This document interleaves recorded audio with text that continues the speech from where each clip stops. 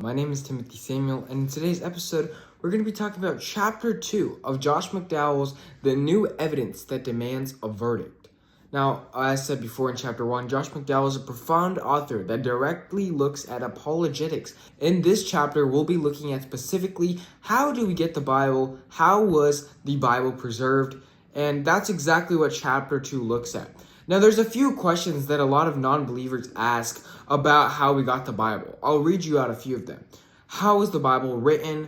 What were the materials used? What are the forms of ancient books? How do we know about the credibility of the Bible? What are the divisions of the Bible? How do we know the definitions of the Bible? How do we know how the Old Testament came to be? And in this chapter, you can successfully understand these many topics about the Bible.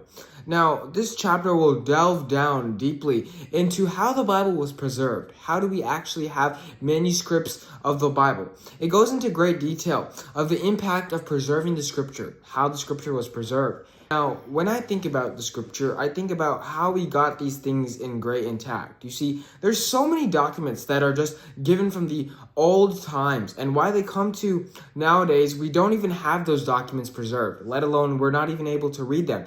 But that's not the case of the Bible. There's specific manuscripts and evidences that are quoted and shown, even specifically shown in many different museums about the Bible. Now, the canonization of the scripture. The canonization is, how are these books selected? How are they taken? Now, they had to meet a few different criteria. You see, there was a lot of books of the Bible that were letters from other people. And these were not taken into the Old Testament canon because they specifically did not meet the needs of the Bible. Now, the Old Testament canon was written by many Jewish scholars, and it's outlined by Josh McDowell as the picking of those books. The Old Testament canon has three parts. Number one is the Torah, which is the law. We see books like Leviticus that teaches the Old Testament people and how to live their life.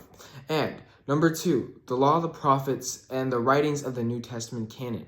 In order for them to be approved of the Torah, they have to follow these conditions. Number one, they have to fall under apostolic authorship.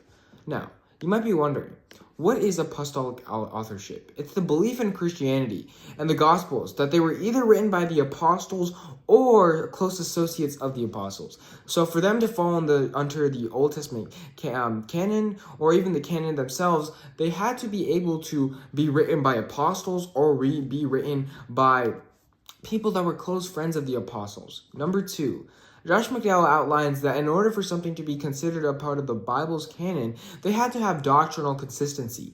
Now, obviously, when I take a test, there are a lot of errors that I can make, but that is exactly what the canon cannot compromise of.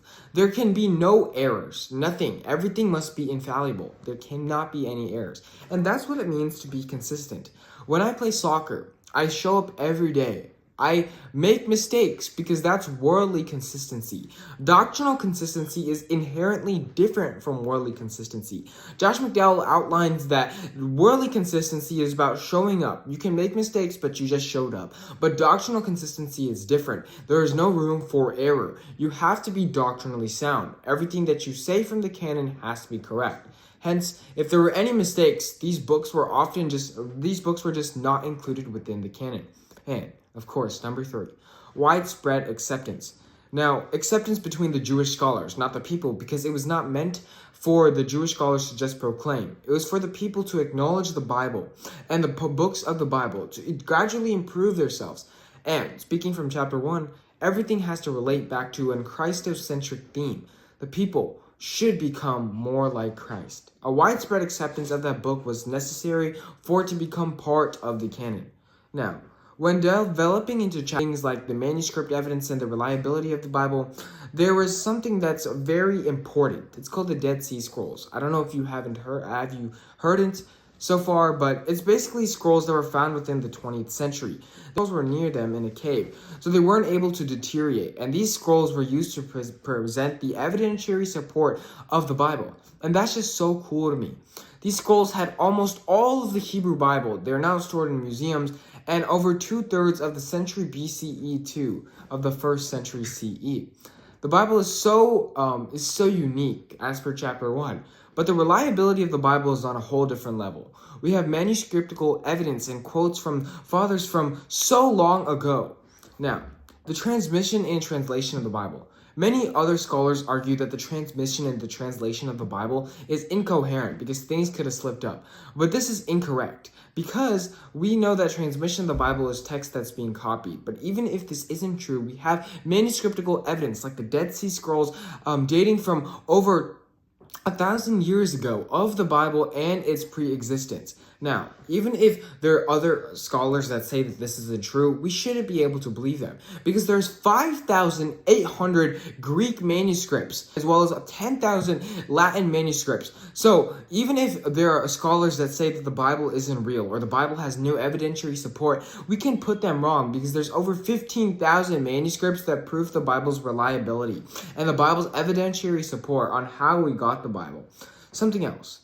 Masoretic texts. Who are the Masoretes? They were Jewish scribes from the 6th to the 10th century. They were specifically developed in these texts of the Bible.